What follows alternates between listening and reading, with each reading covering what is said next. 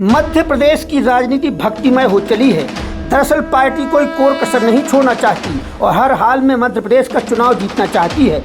अंदर खाने पार्टी में सुगबुगाहट शुरू हो चुकी है और तथ्य जुटाए जा रहे हैं कि आखिर प्रदेश की मुखिया शिवराज सिंह चौहान के प्रति जन समर्थन कितना है।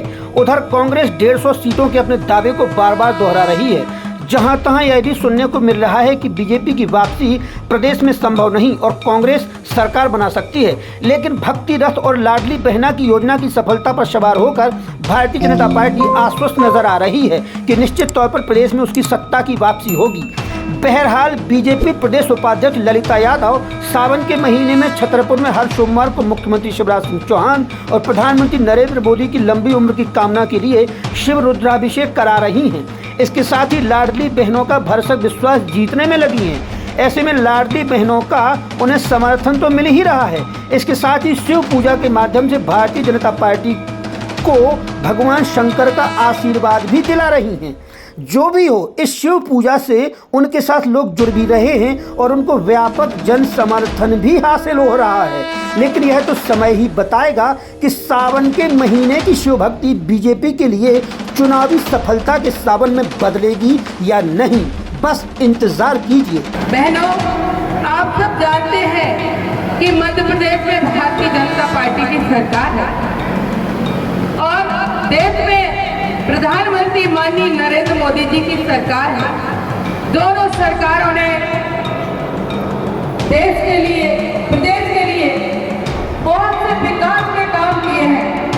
बहनों, विकास तो सबको ही करता है और भी सरकारों ने किए होंगे, थोड़ा कम किए होंगे, लेकिन जिस तरह से प्रधानमंत्री माननीय नरेंद्र मोदी जी ने अंतिम छोर में बैठे हुए व्यक्ति की सेवा कैसे की जाए, आज यहाँ पर हमारी बहनें विराजमान हैं।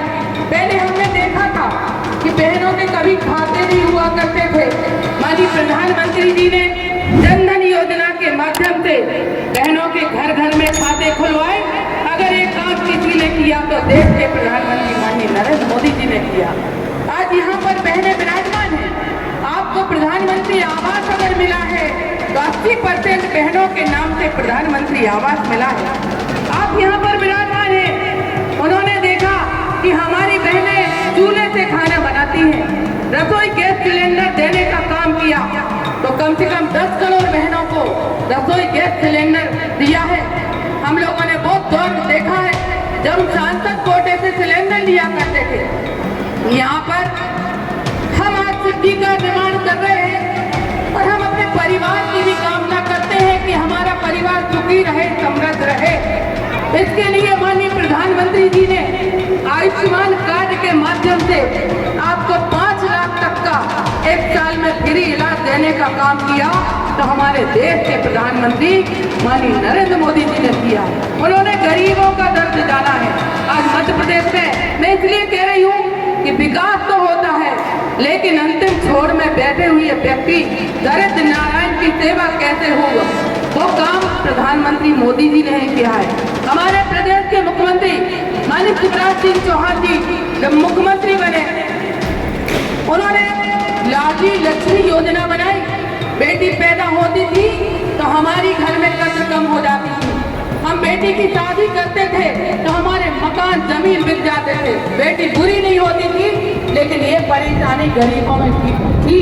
लाडली लक्ष्मी योजना बनाई। आज 45 लाडली बहनें बेटियां हमारे मध्य प्रदेश में हैं और उन्होंने सोचा हमारी ये बहनें विराजमान हैं, हम कभी भी एक साल में 12,000 रुपए कभी बचा नहीं सकते, क्योंकि परिवार में बहुत खर्चे होते। हमारे मायके से भाई आए, भतीजा आए, हमें किसी को कुछ देना है तो हम असमर्थ रहते हैं। हम अपने पति से परिवार में कहते हैं कि हमें देना है, तो मिल गए तो मिल गए, नहीं तो ठीक थे।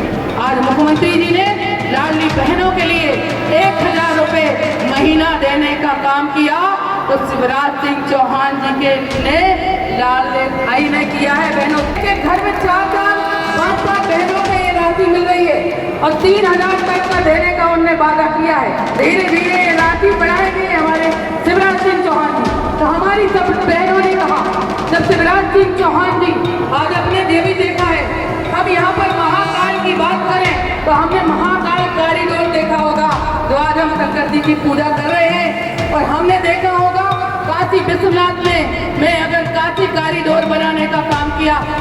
प्रधानमंत्री जी ने किया। हमारे प्रदेश के मुख्यमंत्री आदरणीय शिवराज सिंह चौहान जी ने सोचा कि हम कैसे हम अपने बुजुर्गों को तीर्थ कराएं, तो हवाई जहाज से कभी सोचा था कि हवाई जहाज से तीर्थ कराएंगे। ये काम हमारे शिवराज सिंह चौहान जी ने किया।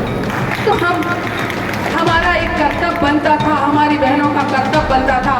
हमारी बहनों ने कहा कि सावन का ये 2 महीने बहन भाई का पवित्र त्योहार है, भोलेनाथ का पवित्र त्योहार है, तो हम हर सोमवार को पार्थिव शिवलिंग निर्माण करेंगे, रुद्राभिषेक करेंगे। मध्य प्रदेश के यशस्वी मुख्यमंत्री शिवराज सिंह चौहान जी की लंबी आयु की कामना करेंगे, प्रधानमंत्री जी की माननीय मोदी जी की लंबी आयु की कामना करेंगे और इस वर्ष से भोलेनाथ से कामना करेंगे।